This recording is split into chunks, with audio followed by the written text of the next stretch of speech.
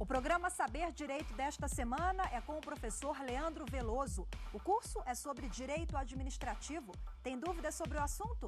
Mande um e-mail para saberdireito@stf.jus.br. E você também pode estudar pela internet www.tvjustiça.jus.br.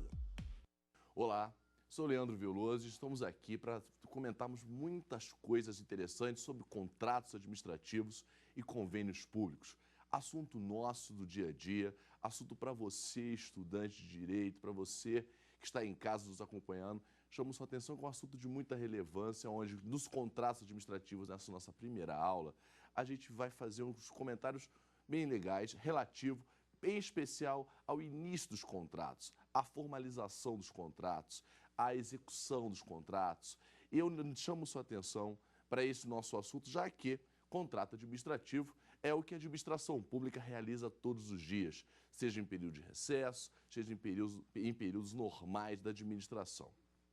Bom, a nossa primeira aula, a gente observa que o importante relativo aos contratos é todos nós temos a visão de que a administração pública ela não pode contratar quem ela quiser. A regra, de acordo com a nossa Constituição, de acordo com o artigo 22 da Constituição e com 37, inciso 21, a administração pública, regra, para contratar tem que licitar. Então, a gente sempre observa, a gente sempre estamos aí vinculados à mídia, à reportagem de modo geral, que nos mostra, em especial, contextos vinculados a fraudes em contratos, a contratos superfaturados. Então, hoje, a partir dessa nossa primeira aula, vamos visualizar isso. Vamos visualizar todos os procedimentos necessários para a realização dos contratos. E, como acabei de nos mostrar, todos os contratos administrativos, em regra, são licitados.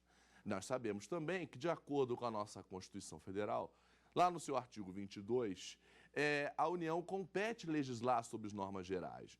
De acordo com o nosso artigo 37, inciso 21 da Constituição, nós observamos que a regra é licitar. Então, a administração pública, seja ela da administração direta ou indireta, ou seja, toda ela representada pelos entes federativos ou pelas entidades administrativas, a regra é que deve ser licitado toda e qualquer atividade pública. Ou seja, a nossa administração, então, não consegue contratar quem ela quer.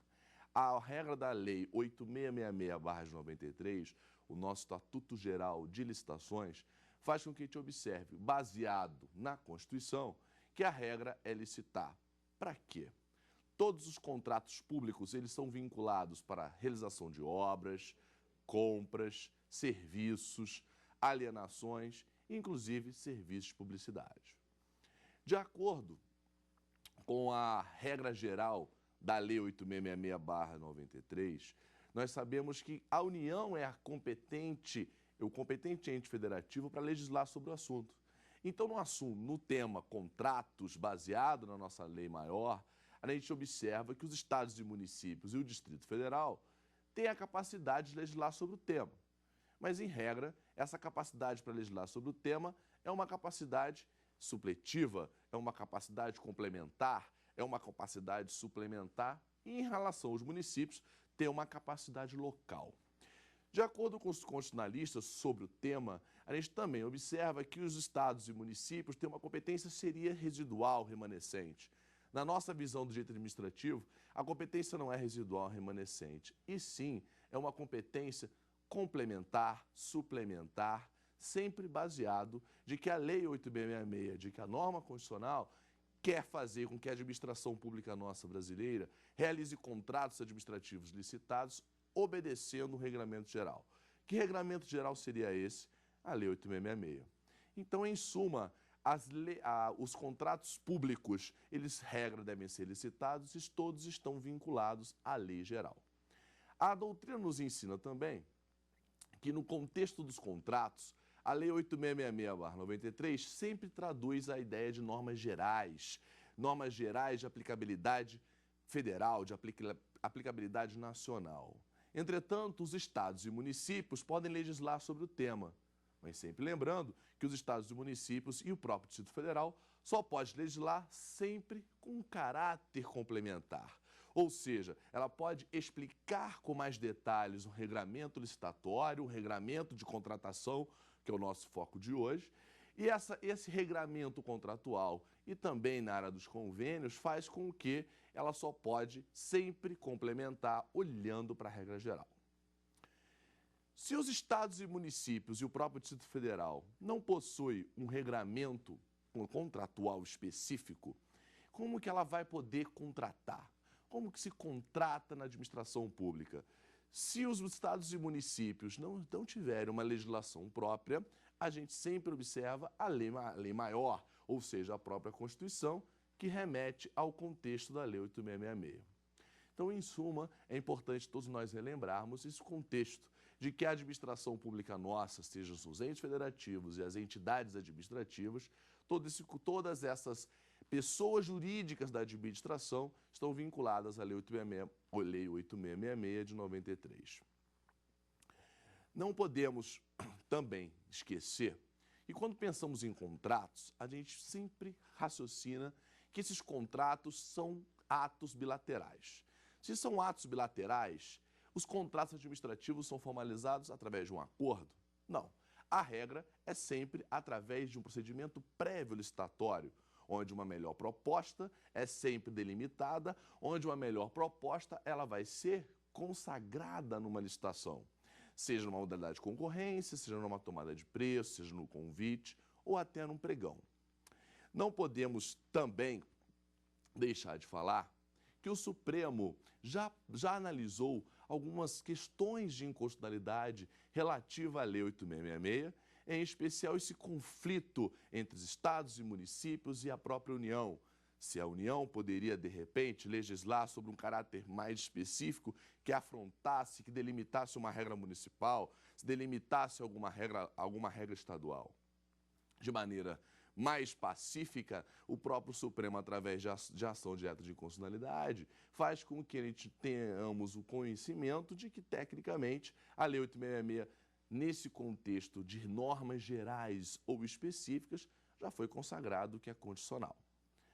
Também observamos uma alteração inicial na Lei 8666, na parte de contratos, em que essa administração pública, essa legislação, faz com que o artigo 17 da Lei 8666, que trata de alienações de modo geral, também já passou pelo Supremo e o próprio Supremo já declarou constitucional o próprio artigo 17, que envolve a obrigatoriedade dos estados e municípios. Em suma, a Lei 8666, até o momento, é o nosso regramento geral de licitações e contratos, em especial nos contratos públicos. A partir do artigo 54 e seguintes, observamos sempre essa legalidade, essa constitucionalidade de acordo com a regra maior, que é a própria Constituição. Partindo dessa premissa, não podemos sempre lembrar, temos que lembrar, que os contratos administrativos são sempre formais. Se os contratos são sempre formais, também são contratos solenes. Se são solenes, em regra, eles possuem prazo. Se são solenes, também são vinculados. Isso quer dizer o quê? Isso quer dizer que toda regra delimitada no contrato está determinada em cláusula contratual. Partindo disso, todos esses contratos públicos, eles não podem ser interpretados à luz do bel prazer. Ou seja, a interpretação é sempre restritiva e sistemática perante a nossa Lei 8666 de 93. Bom, além desse regramento inicial, que os nossos contratos são atos bilaterais, qual é a finalidade dos nossos contratos administrativos, contratos públicos de modo geral? A finalidade desses nossos contratos administrativos está sempre no seu objetivo.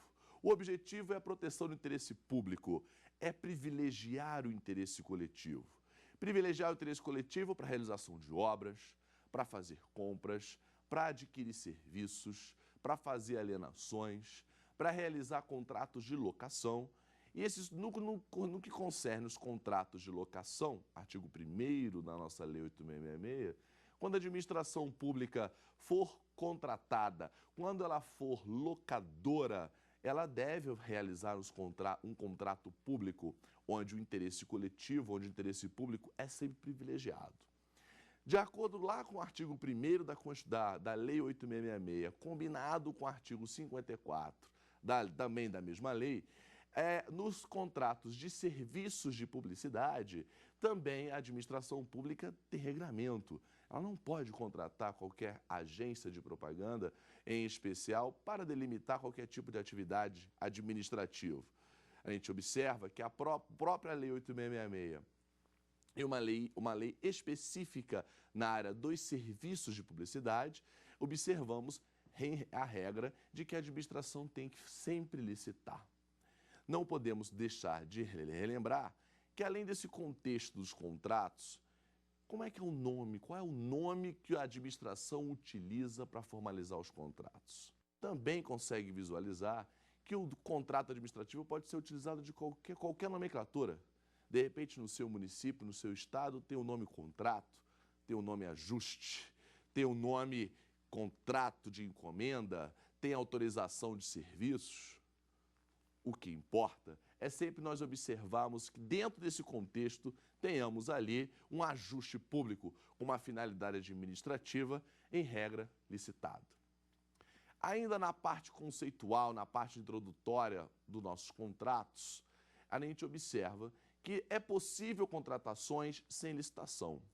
Tão falado na mídia, tão falado na imprensa de modo geral, como que acontecem esses contratos sem licitação?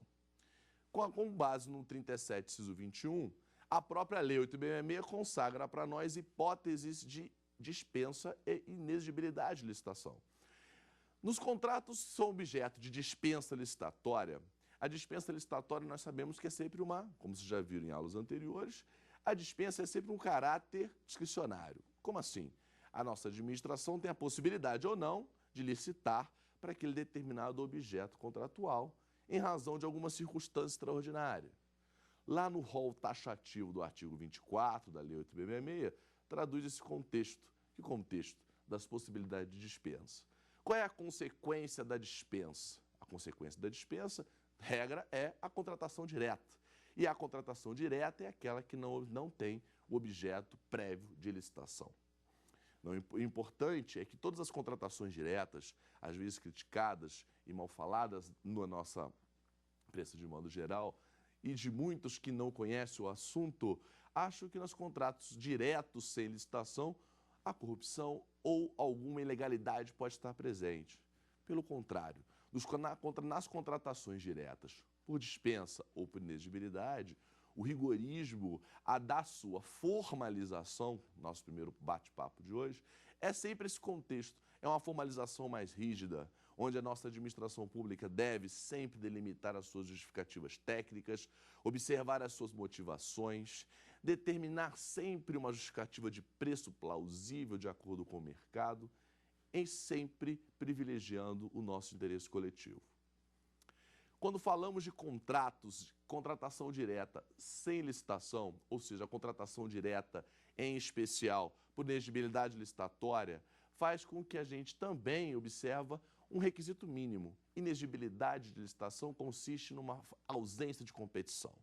Nas contratações sem licitação, nas contratações por inexigibilidade, na formalização desses contratos, de acordo lá com o nosso artigo 26, também cabe à nossa administração pública delimitar regramentos específicos da contratação, tanto da escolha do fornecedor, da escolha do prestador de serviço, regras de tem que também realizar